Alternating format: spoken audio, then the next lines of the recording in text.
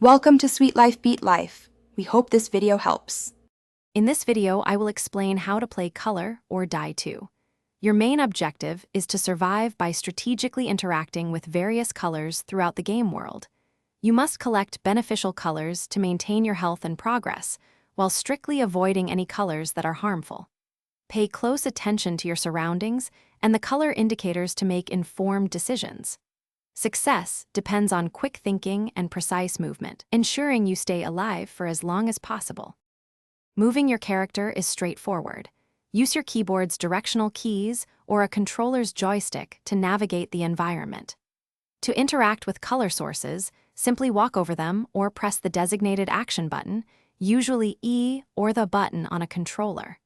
Always be observant of the game's visual cues, as they often indicate safe pathways or highlight areas containing dangerous colors. Mastering movement and interaction is key to avoiding pitfalls and collecting essential colors. The core of Color, or Die 2, revolves around its unique color mechanics. Every color you encounter will have a distinct effect. Some will replenish your health or grant temporary buffs, while others will inflict damage or even instantly eliminate you.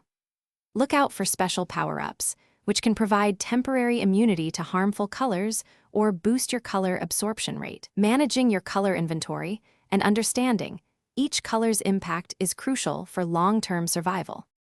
To maximize your chances of survival, always prioritize collecting the colors essential for your character's well-being. Simultaneously, develop a keen eye for identifying and avoiding all detrimental colors. Before moving, take a moment to plan your route through each level, aiming to minimize exposure to hazardous zones. If you are playing with friends, effective communication and teamwork can significantly increase your group's overall survival odds against the colorful challenges. Thanks for watching. Consider subscribing if we helped you.